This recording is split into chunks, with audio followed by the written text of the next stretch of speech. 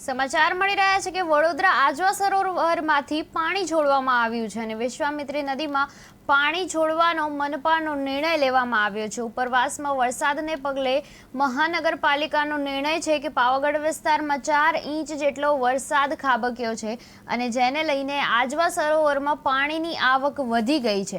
સરોવરનું જળસ્તર maintain રાખવા માટે આ નિર્ણય કરવામાં આવ્યો છે અને હાલ આજવા સરોવરની સપાટી 211.49 ફૂટ હાલ છે અને વિશ્વામિત્રી નદીની સપાટી 14 ફૂટ છે। સરોવરની સપાટી 211 ફૂટ આવતા પાણી બંધ કરવામાં આવશે।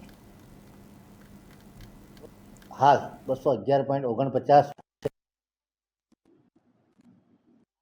ની સપાટી જેથી કરીને બફર કેપેસિટી ઊભી કરી શકાય અને જ્યારે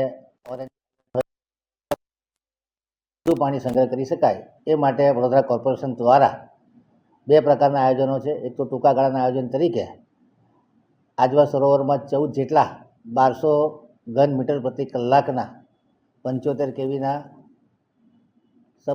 હોરિઝોન્ટલ સબમર્સિબલ સેન્ટ્રીફ્યુગલ પંપ મૂકેલા છે। એ પંપ પણ ચાલુ કરવામાં આવ્યા હતા, જેનાથી રોજનું 405 MLD જેટલું પાણી સુરત નદીમાં ઠાલવામાં આવતું હતું, પરંતુ ઉપરવાસમાં વધુ